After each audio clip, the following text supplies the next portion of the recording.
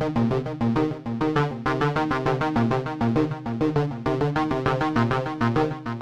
on the corporate level is different. One thing that's great is they've got money. The bad thing is they don't want to spend their money because they don't trust you. And when you think corporate, the other huge problem is lawyers are involved. Lawyers make my life very, very rough. So let's say we've set up a Twitter account for someone and someone ats the company. What seems to happen is we can't reply in 140 characters or less for about 2 days because we have to run everything by the lawyers, make sure the wording's correct, things like that. That kind of hurts the whole process. It makes my job a lot harder because people want responses in real time. In the amount of time that it takes to respond to somebody, they could have gone to the competition and gotten the answer. They could have talked to another brand. So that whole process is different than if you're a mom and pop shop or a small business, because there you are your own boss. You're in control, and you can respond when you want, how you want. They want results yesterday.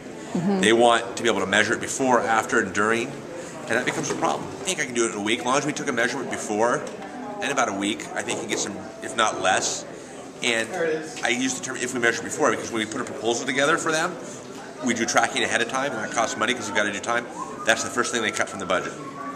You know what? We don't want to take a sample sentiment right now. And then the other thing is maybe these people don't make purchases. Maybe they're just getting impressions. How do you measure that? Because maybe they saw the ad for Sears today and they don't go buy a dishwasher for 6 months. Right. That's another problem. Ford's here at Blog World. They've done amazing stuff, and they've got this focus rally thing coming up.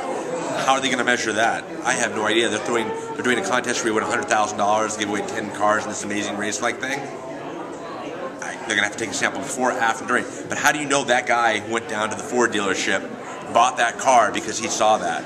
We can measure the chatter online. I can give them great results. I can do all kinds of things. But I can't promise you that.